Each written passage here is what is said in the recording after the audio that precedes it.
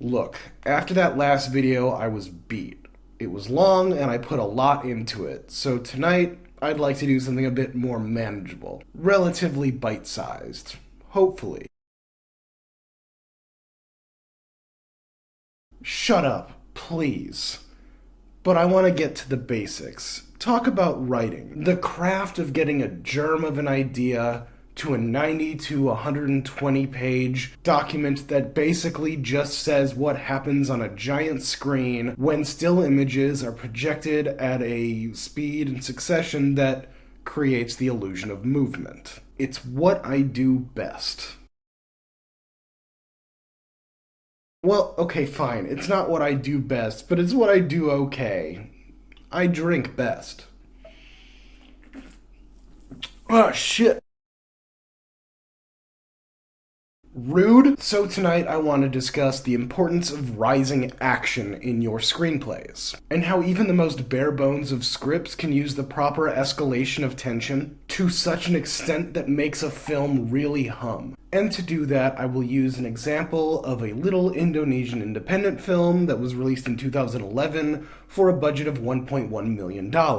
This will show how any movie from any part of the world uses rising action to keep the audience engaged.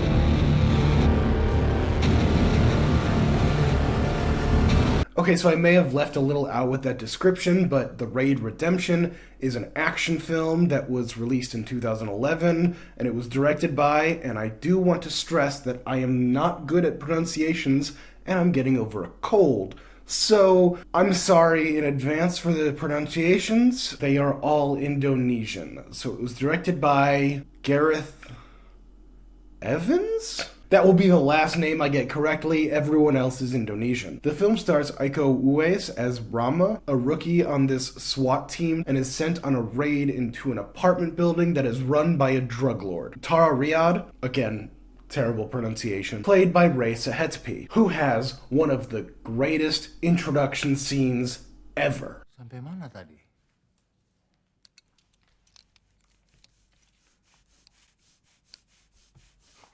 It's got kick-ass fight choreography, it's tense, and it's just plain rad. 10 out of 10, go watch The Raid. Seriously, watching this movie in 2022, you can really see how The Raid's filmmaking techniques, the long takes, the wide shots, the focusing on the practical action stunts of it all. It is essentially a blueprint for the contemporary action films of Hollywood that are actually worth watching. From John Wick to The Old Guard to Bullet Train, they all own their success to the ground that was broken with this tiny Indonesian art flick. But let's get down to what I'm here to talk about. Get down to business. When we look at a screenplay, it is most of the time, and when I'm talking about this, I'm only talking about Hollywood screenplays. I am not talking about some pretentious art film that only a dozen people saw that keeps saying that it is the greatest thing they've ever seen, okay? I'm talking about the ones that everyone watches. It is broken up into 3 acts. And a rule of thumb that everyone goes by in Hollywood is 1 page of screenplay is 1 minute on the screen. Therefore, a 2-hour movie is roughly 120 pages, which is how long the longest movies should be. I'm sick of these movies that are bordering on 3 hours plus a half hour of previews, so you're there for 3.5 hours, and so you're holding your bladder in for so long that... Right, okay, I'll stay on topic. So when you break up your 120-page screenplay into 3 acts, it's roughly 25% for the first act, 50% for the second act, 25% for the third act. 30 first act, 60 second act, 30 third act. Some movies have longer first acts, some movies have longer third acts, but roughly that's how it goes for the most part. And all of that preamble is supposed to give you guys an idea of what is one of the fatal flaws of many a first draft. The second act. You've got 60 pages to fill. How do you do it? No, smartass. How do you make the second act so it's not just flat, episodic conflict that doesn't seem to be going anywhere? You have to make the conflict and the stakes to your protagonist rise from scene to scene and sequence to sequence. Conflict is just another word for obstacles your protagonist has to overcome, whether it's a dude with a gun or relationship issues. So as the protagonist overcomes one obstacle, the next one needs to be more difficult, leading your protagonist to do something different and maybe harder for them to do. And as the film progresses, the conflict becomes acute and personal to your protagonist, which leads to the third act. And once you're in the third act, as Martin Lawrence would say, shit just got real. And now let's look back to The Raid. The setup of the film is clear. A platoon of heavily armed cops versus an apartment building full of a drug kingpin's personal militia. As they're about to go into the building, they see a civilian opening the door with medicine for his sick wife, who is inside. Rama calms the situation regarding that person and a fellow cop, and makes it his responsibility to keep him safe during the action. At first, things are going smoothly. The police are methodically moving up floors and restraining combatants where they see them. Once they get to level 6, they see a child leaving the bathroom. The sergeant tries to defuse the situation calmly, but the child sprints away. And with the gunshot erupting from the dickhead lieutenant's rifle, we break into Act 2. So now we have Act 2. The drug lord is aware of their presence, most of the police officers have been killed, and the remaining ones are cornered in a firefight coming from 3 directions. The main tension is established. Will Rama make it out of the apartment building alive? And the stakes are pretty high already, right? Like life and death. But how do you take this concept and make it so it's not just repetitive violence after repetitive violence? Because as a film, you want something with a little bit more substance than just a live-action shooter game. And there are those that argue that that is what The Raid is, just repetitive violence. And they would be wrong. The Raid creates rising tension in 3 ways: the structure of the film, the evolution of the action set pieces, and the emotional conflict.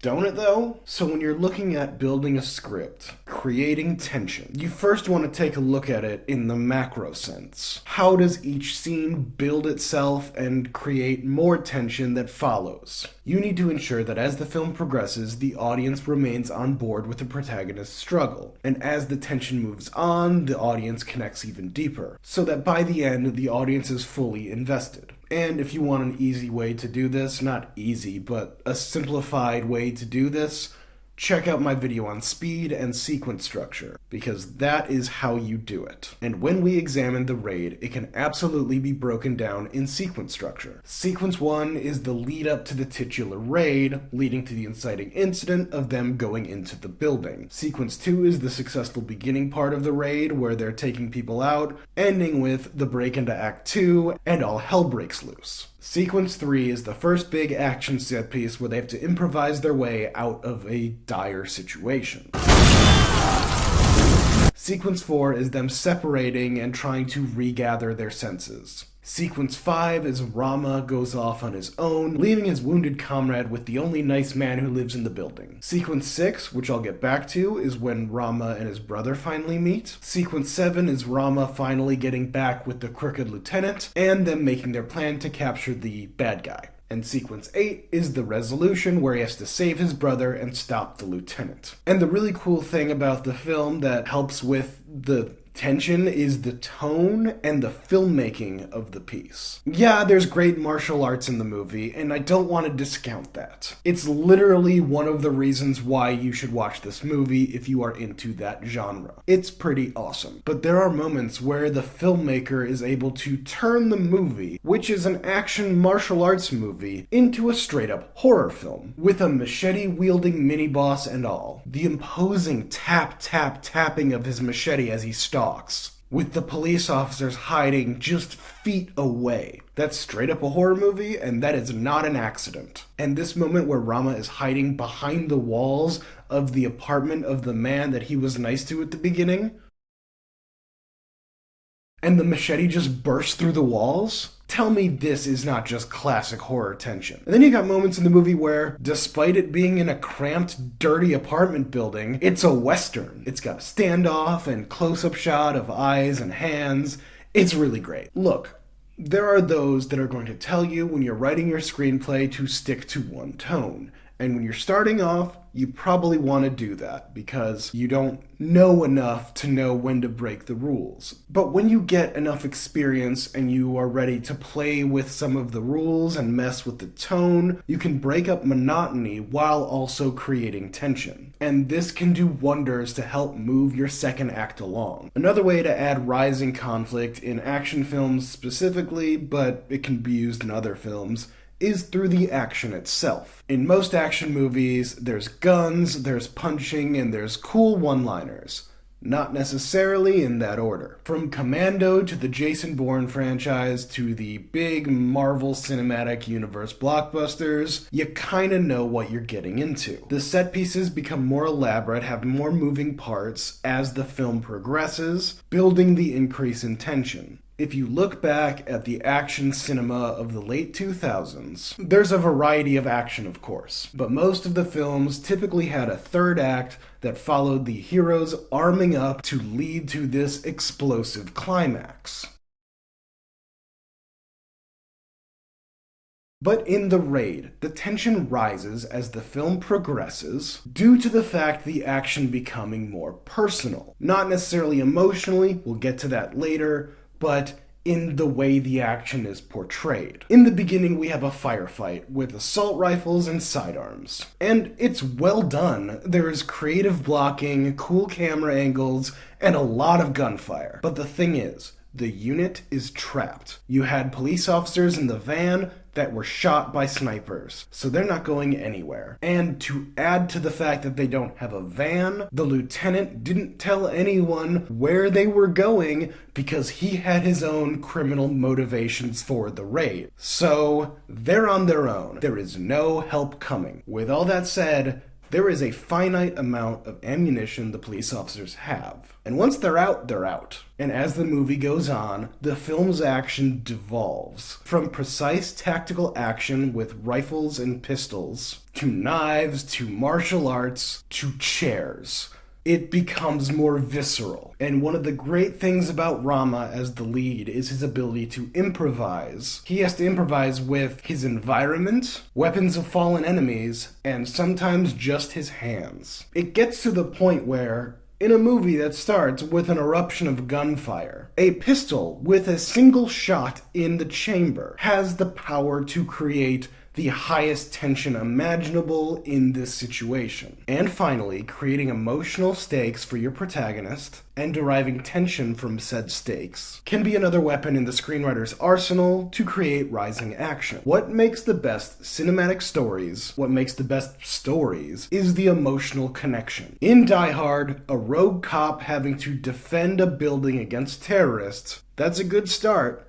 But having his wife be one of the hostages taken by said terrorists is what makes that movie work. In Guardians of the Galaxy, saving the galaxy is good and all that, but the emotional story of creating these 5 loner characters who are able to find family is why that movie is able to be watched again and again and be well received every time. And in Hercules, 1997, not 2014. Yes, being a hero, saving the world, thumbs up. But learning that in order to be truly worthy is sacrificing your considerable strength to save the person you love, that's how you do it. In The Raid, we get hints to the emotional stakes throughout the film, but it becomes clear in sequence 6. Rama's brother Andy, played by Donnie Alamcia, I am so sorry, is the second in command and consigliere of the drug kingpin. So Rama has a motive other than being a good rookie cop to finish the job, to try to save his brother and take him out of the life. And in the scene where they are revealed to be brothers, both of them try to help the other one in their own ways, and both of them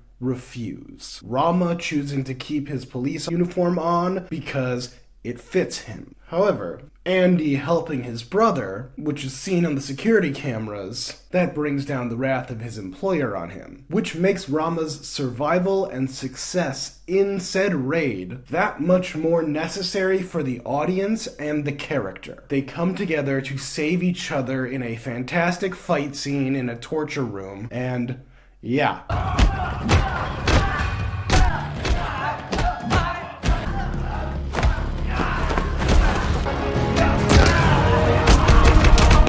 It's really good, and this leads them to part on good terms. So that's how the raid redemption can be used for all you first-time screenwriters in order to craft rising action to craft a solid action screenplay. Proper structure, playing with tone, trying to creatively integrate the action into the rising tension, and having a solid emotional core can really make your screenplay sing. Hopefully also this video gives you a reason to watch the raid redemption. Watch the raid redemption. It's really good. It took all of my effort to keep myself controlled and not just have this video devolve into the SNL skit Chris Farley show, where I'm just saying, remember when he used the light to stab the guy? That was awesome. Remember when he slammed the dude's head into the wall a couple times, like 4 or 5 times? That was awesome. Remember when he did that was awesome. Anyway, thanks for watching. I really appreciate it. Be sure to like, share, and subscribe. Do all that stuff. I got nothing.